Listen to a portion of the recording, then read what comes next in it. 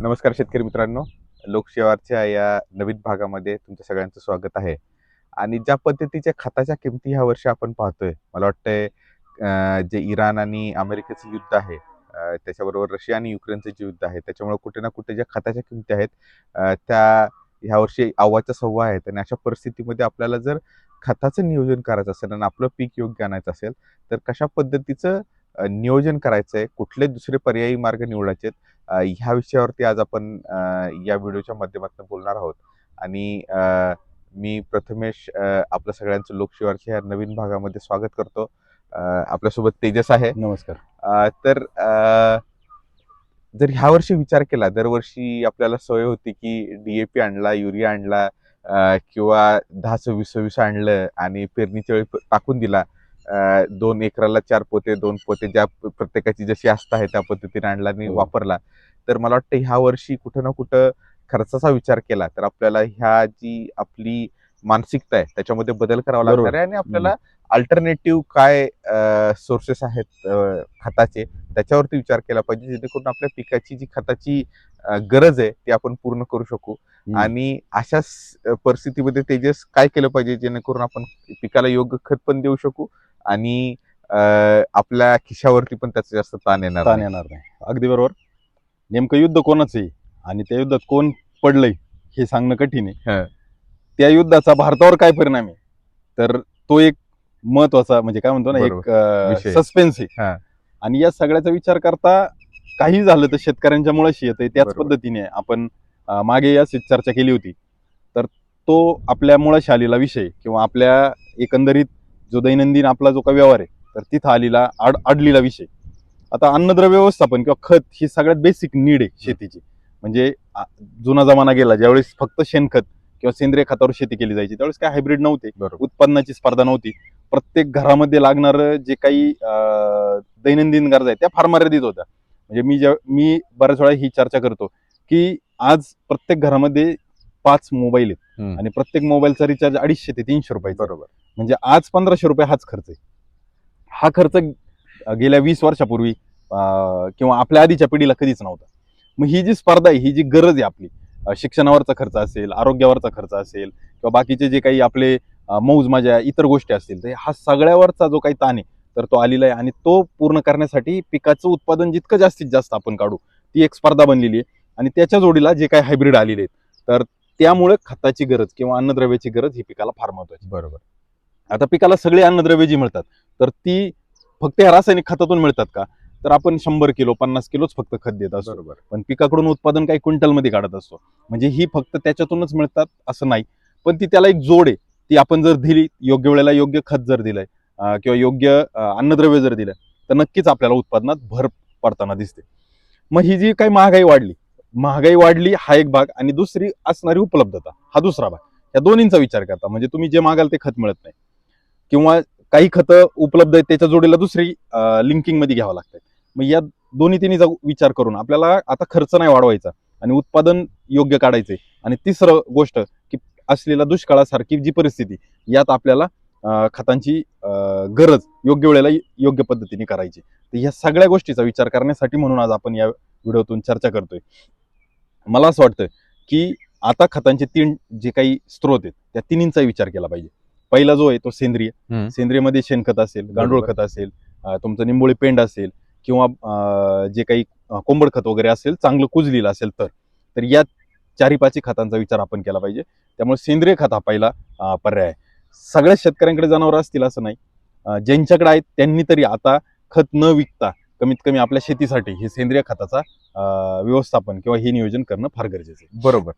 तेजसने जसं पहिला मुद्दा सांगितला की हा. सेंद्रिय खत हे आपल्यासाठी चांगला पर्याय आहे. हो. पण ह्या लक्षात ठेवा की फक्त सेंद्रिय खत आपल्याला द्यायचंय का त्याला इनरिच करायचंय, हे हो, सगळ्यात अगदी महत्वाचा बरोबर, विषय अगदी आहे. बरोबर. कारण खत आहे, पण त्याला जर आपण इनरिच करू शकलो, जसं की आपल्याकडे समजा आपला गोठा आहे किंवा आपल्याकडे जनावर आहेत आणि आपल्याकडे शेण तयार होतंय, हो. पण त्या शेणामध्ये काय आपण ट्रायकोडर्मा अझोटोबॅक्टर टाकू शकतो का, रायझोबियमचे जीवाणू टाकू शकतो का, हो. जेणेकरून त्या खताची जी ताकद आहे त्याला आपण दीडपट दुप्पट करू शकतो का, शकतो. ह्याच्यावरती विचार करायचा आहे. हा. आणि जर ती शक्य असेल तर डोळे झाकून आपल्याला त्याच्यामध्ये रायझोबियमचा वापर करायचा आहे, हो. अझोटोबॅक्टरचा वापर करायचा आहे, जेणेकरून जे काही नत्राची गरज आहे आपल्या पिकाला हो. ती आपण जे आपण सेंद्रिय खतं देतो त्याच्यातून जास्तीत जास्त प्रमाणात उपलब्ध करून देऊ शकतो. अगदी बरोबर. पहिलं शेणखत कुजवा. बरोबर. शेणखत चांगलं कुजलेलं पाहिजे. कुजण्यासाठी अजून आपण काही प्रक्रिया केली नसेल तर फक्त आपल्याला जो आपला शेणखताचा ढीग आहे तो चाळायचा आहे. बरोबर. तो चाळल्यानंतर जर नसेल भिजेल तर आपण त्याला पाणी मारा. बरोबर. 1 किंवा 2 वेळा पाणी दिल्यानंतर थोडंसं ओल आली की जसं प्रथमेशने सांगितलं तसं जैविक खतं, बरोबर. जैविक ज्या काही गोष्टी आहेत, मग ट्रायकोडर्मा सुडोमोनास असेल, त्यानंतर नत्रस्फुरत पालाश विरघळणारे बरोबर. जीवाणू असेल बरोबर. किंवा काडी कचरा कुजवणारे जीवाणू असतील ते त्या खतावर टाका. बरोबर. परत पाणी मारा आणि हे साधारणपणे 1 महिना जाऊ द्या की तेवढा वेळ आपल्याला पिकाला देण्यासाठी लागेल. त्या 1 महिन्यानंतर आपण त्या पिकाला त्याचा उपयोग करा. बरोबर. तो तुम्हाला रासायनिक खतापेक्षाही चांगला फायदा देऊ शकतो. बरोबर. सेंद्रिय खतामुळे काय होतं, जमिनीत पाणी धरून ठेवण्याची क्षमता वाढते, हं. जी दुष्काळामध्ये आपल्याला त्याची गरज आहे. बरोबर. जमिनीत 2 कणांमधलं अंतर वाढतं. जर अतिवृष्टी म्हणजे काय म्हणतो ना, एकाच वेळेला जास्त पाऊस जास्त झाला पाऊस झाला. तर जमीन कॉम्पॅक्ट न बांधता ती भुसभुशीत राहते. हं. हे फायदे शेणखताचे किंवा सेंद्रिय खताचे. याला जोडीला जर आपण हे ट्रायकोडर्मा किंवा बाकीच्या जे काही जीवाणू खतं वगैरे त्याच्यात मिक्स केली तर तेच शेणखत आपल्याला अन्नद्रव्य देण्यासाठी फार मदत करेल. हा त्याच्यातून होणारा एक फायदा. दुसरी गोष्ट, सेंद्रिय खत झाल्यानंतर जीवाणू खत. बरोबर. आता शेणखतासोबत तुम्ही जीवाणू खत नसेल दिलं किंवा काहींनी शेणखत बरेच जण जमीन तयार करतानाच वापरून टाकलं, बरोबर. तर ते तुम्ही जमिनीत वापरलं असेल. हा तर पहिला महत्वाचा गैरसमज आहे. कच्चं शेणखत जमिनीत वापरून जमीन तयार करताय हे चुकीचं आहे. शेणखत कुजवूनच तुम्ही जमिनीत वापरा. मग ते चालू पिकाला द्या किंवा पीक लागवडीच्या आधी द्या, कसंही द्या, पण शेणखत कुजवा आणि मगच वापरा. पण जर आपण वापरून टाकलं असेल तर आता आपल्याला जैविक खत द्यायचं. मग जैविक खत काय द्याल, तर नत्र, स्फुरत, पालाश विरघळणारे जे वेगवेगळे जीवाणू येतात तर ते तुम्ही घेऊ शकता. 1-1 किलो प्रत्येक एकरसाठी घेऊ शकता. दुसरं, जे काही काडी कचरा कुजवणारे जीवाणू आहेत ते पण येतात, ते पण तुम्ही 1 एकरला 1 किलो घेऊ शकतात. आता ज्यावेळेस शेणखत किंवा सेंद्रिय खत तुमच्याकडे नाहीये, तुम्हाला आता हे जीवाणू खत जमिनीत टाकायचे, तर मग काय करायचे, आपण 1 पाटी शेणखत कमीत कमी 1 बरोबर. किंवा 2 पाटी शेणखत आपण घ्यायचंय. हं. त्यामध्ये हे चांगले मिक्स करायचे. करायचे. नत्र विरघळणारे, स्फुरत विरघळणारे, पालाश मोबिलायझिंग बॅक्टेरिया, हं. हे सगळे 1-1 किलो असणार, म्हणजे 3 किलो. आणि इतर जे काही ट्रायकोडर्मा किंवा पॉलिकल्चर ज्याला आपण काडी कचरा कुजवणारे हे साधारण 5 किलो. हे 5 किलो त्या 1-2 पाटी शेणखतामध्ये चांगले मिक्स करून घ्यायचे आणि मग आपल्या जमिनीमध्ये ब्रॉडकास्ट करायचे, म्हणजे फोकून द्यायचे. जर शेणखत नसेल तर आपण बाजारातून एक निंबोळी पेंट साधारणपणे 40 किलो 50 किलोची पोतं आणू शकतो. ते निंबोळी पेंट साधारण ओलं करून त्याच्यात ते मिक्स करू शकतो आणि फोकून देऊ शकतो. बरोबर. हे 2 पर्याय. तेही नसेल तर मग 2 माती. पाटी माती घ्या, त्या मातीमध्ये चांगलं मिक्स करा. ती माती ओलसर असली पाहिजे, म्हणजे चिखल न होता वापसा condition मधली माती. आणि ती माती तुम्ही मिक्स केलं आणि ते फोकून दिलं तर ते तुम्हाला मदत करेल. तर अशा पद्धतीने जैविक खतावर तुम्ही लक्ष द्या.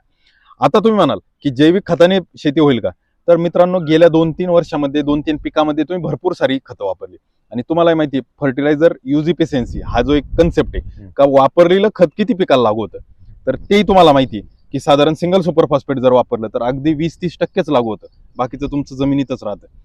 किंवा तुम्ही 10-26-26 वापरलं, डीएपी वापरलं तर 40-50% लागू होतं. मग तुमच्या जमिनीमध्ये प्रत्येक वेळेला 20-30% शिल्लक राहिलेली. मग त्या सगळ्याचं युटिलायझेशन करण्याची ही वेळ आहे आणि हे जैविक खत किंवा सेंद्रिय खत अधिक जैविक खत हे तुम्हाला मदत करेल. हे तुम्ही आवर्जून करा.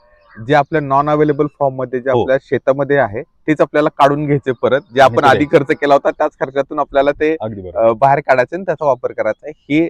हीच जैविक खताची सगळ्यात मोठी आजची गरज आहे बरोबर. आणि त्याचा आपल्याला वापर करायचा. आता दुसरी गोष्ट करायचं, जैविक खताचा वापर आपण दुसऱ्या पद्धतीने सुद्धा करू शकतो.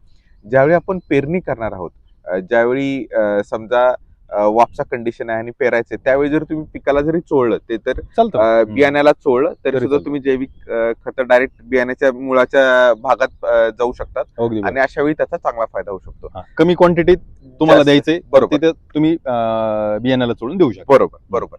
आता तेजस, सेंद्रिय झालं, जैविक झालं, हो. पण रासायनिक खताची गोंद जोपर्यंत जात नाही तोपर्यंत आपल्या मनाला समाधान भेटत नाही. मग अशा वेळी काही दुसरा मार्ग निवडायचा आहे का, जेणेकरून आपण जो आपला खताचा वापर आहे तो कमी वापरामध्ये जास्त रिझल्ट घेऊ शकतो? हा सगळ्यात महत्वाचा मुद्दा. आता रासायनिक खत वापरायचंय नाही असं बिलकुल नाही. बरोबर. रासायनिक खत वापरायचे. जे विज्ञान काय सांगतं की सेंद्रिय खतावर, जैविक खतावर आणि रासायनिक खतावर तिन्ही विभागून दिलं पाहिजे. आणि ज्यावेळेस तुम्ही तिन्ही देता त्यावेळेस तुम्हाला एक दुसऱ्याला ते पूरक ठरतं आणि तुमच्या पिकाला ते बरोबर. फायदेशीर ठरतं. तर मित्रांनो, हे तिन्ही द्यायचे. मग आता आपण यापूर्वी रासायनिक खत सहज सोपं उपलब्ध होतं, मग ठीकठाक किमतीत होतं म्हणून आपण वारेमाप किंवा देऊ शकत होतो मुबलक. आता आपण कमी देणार आहे. मग आता कसं देणार? तर साधारण एक उदाहरण घ्या की कपाशीचं क्षेत्र आहे आणि कपाशीला आपण एका वेळेला 50 किलोची बॅग देतोय. दुसरी जर तुलना केली, ऊस या पिकाचं क्षेत्र आहे, साधारणपणे एका वेळेला आपण 2 ते 3 बॅग देतो. कमीत कमी मी सांगितलं हे आपण देणार आहे. मग आता हे कसं झालं पाहिजे? मग आता हे पोटभर पिकाला कसं मिळेल?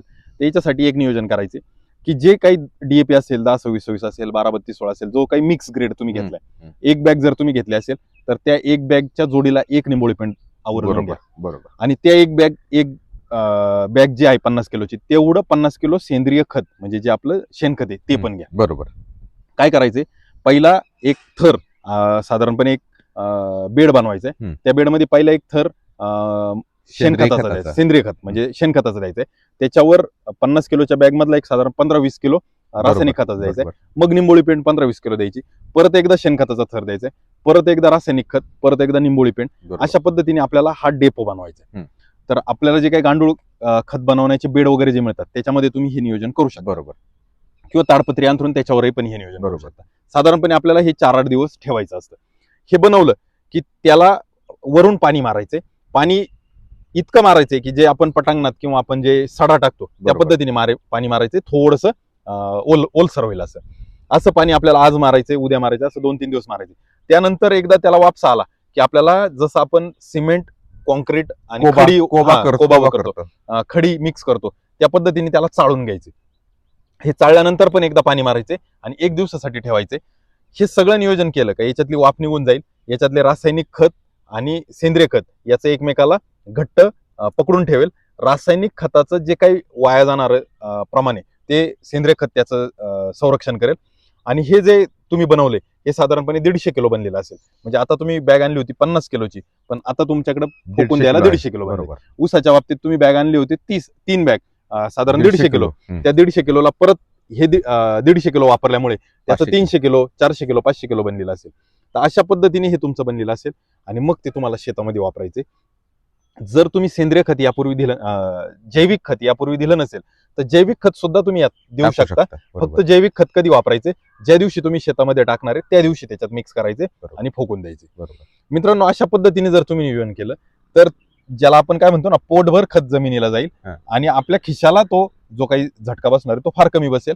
आणि याचा फर्टिलायझर यूज इफिशियन्सी जो आहे तर तो सगळ्यात जास्त असेल. मी तर तुम्हाला सांगेल 80-90% हे लागू होईल. आणि हे ज्यावेळेस 80-90% लागू होईल, जे तुम्ही आधी 10-26-26 ला 1500-1600 रुपये मोजत होते, जिथं तुम्ही आता 2500 रुपये मोजणार आहे, ते 2500 रुपयामध्ये तुम्ही 2 बॅग इतकं काम करून देणार आहे. ही मी तुम्हाला शाश्वती देतो. अशा पद्धतीने नियोजनात बदल करून, अशा पद्धतीने स्मार्ट शेती करून आपण खर्चात बचत करू शकतो आणि याचा उत्पन्नाला जास्तीत जास्त फायदा करून देऊ शकतो. बरोबर. जसं तेजसने सांगितलं हा एक पर्याय झाला. आता दुसरा पर्याय काय आहे? दुसरा पर्याय आहे जी पाण्यात आपली विद्राव्य खत आहे त्याचा वापर वाढणं. कारण पिकाला फक्त मुळाद्वारे नाही पण जर आपण फवारणी केली त्यातनं सुद्धा पीक खत आपलं शोषू शकतं. आणि त्याच्यामध्ये जी आपली फर्टिलायझर यूज एफिशियन्सी म्हणजे जो खताचा वापर आहे त्याचं प्रमाण जास्त असतं. आता जर असा जर विचार केला तर समजा आपल्याला युरियाचा हात द्यायचा आहे तर अशा वेळी आपण 19-19 वापर करू शकतो. जिथं जर 19-19 आपण जर फवारणीतून दिलं तर 1 किलोमध्ये आपण बऱ्यापैकी 1 एकर आपण 1 ते 1.5 एकर कव्हर करू शकतो. आणि त्याची जर कॉस्ट जर आपण बघितली तर ती युरियाच्या गोणीच्या फार नगण्य प्रमाणात मिळते. जर आपल्याला समजा मिक्स ग्रेड वापरायची आहे तर त्यावेळी आपल्याला वेगवेगळे पर्याय उपलब्ध आहेत. 13-045 आहे. जर आपल्याला पोटॅश आणि फॉस्फरसचा वापर करायचा तर 052-34 आहे, 0050 आहे. प्रत्येक पिकासाठी आता वॉटर सोल्युबलच्या बऱ्यापैकी ग्रेड तयार झालेले आहेत. आणि जर आपण त्याचा जर वापर वाढवला, मान्य आहे थोडंसं आपल्याला लेबरचा खर्च वाढेल, पण कीटकनाशक, बुरशीनाशक सोबत आपण त्याचं नियोजन करू शकतो. आणि त्याची जो आपला इफिशियन्सी आहे, जो दुष्काळात आज आपली परिस्थिती आहे की आपल्याला खतं मिळत नाहीयेत आणि त्याचा आपल्याला उपलब्धता होत नाही, अशा परिस्थितीमध्ये हा एक सोपा आणि सहज पर्याय ज्याच्यामुळे आपलं उत्पन्न वाढायला मदत होईल असा आपण पर्याय नक्कीच निवडू शकतो. या पर्यायाला आपण सलाईन म्हणू शकतो. बरोबर. जसं आपण जेवण करतो, जेवणातून जे काही आपण 5-7 पदार्थ घेतो त्यातून आपल्या शरीराला ऊर्जा मिळते. बरोबर. पण जर आपल्याला काही कारणाने जेवण जात नाही, आपण तब्येत खालावली, तर आपल्याला डॉक्टर जसं सलाईननी ऊर्जा देतात त्याच पद्धतीने पिकाला हे सलाईन म्हणून वॉटर सोल्युबल फवारणीद्वारे काम करतात. फवारणी करत असताना बरेच शेतकरी 2 चुका करतात. हम्म. त्या लक्षात घ्या. या वॉटर सोल्युबलच्या याच्यात 2 चुका टाळायच्यात. जे फवारणीचं प्रमाण आहे तर ते दुकानदार सर्रासपणे 5 ग्रॅम प्रति लिटर सांगतो. बरोबर. ते प्रमाण 5 ग्रॅम घ्यायचं नाही.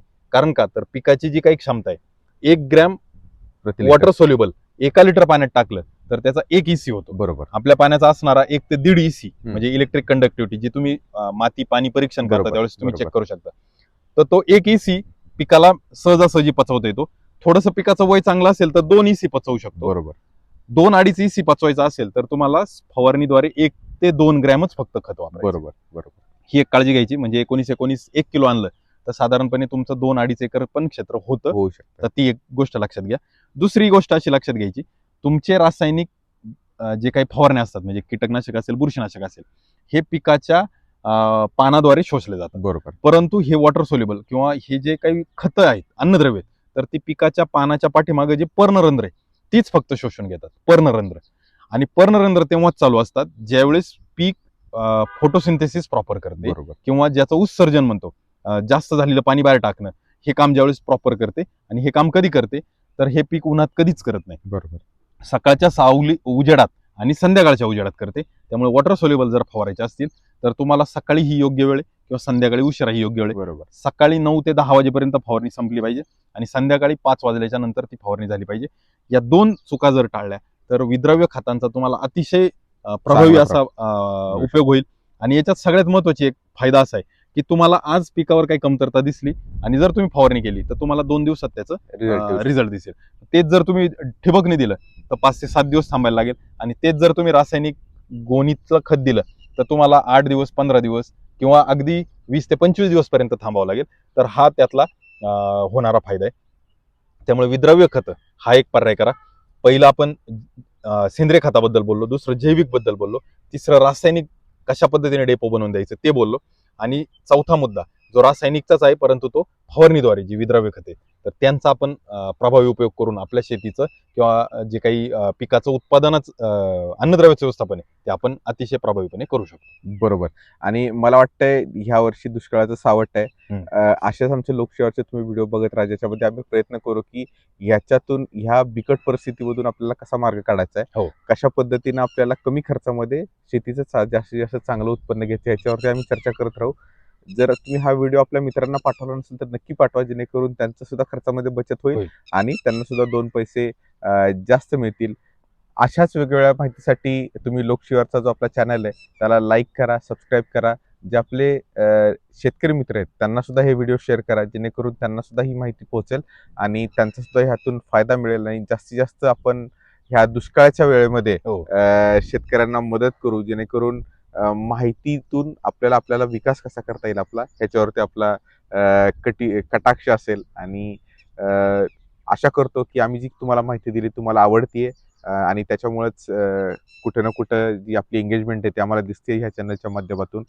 असाच प्रतिसाद देत राहा आणि आपण पुन्हा भेटूयात लोकशिवारच्या नवीन भागामध्ये. तोपर्यंत धन्यवाद.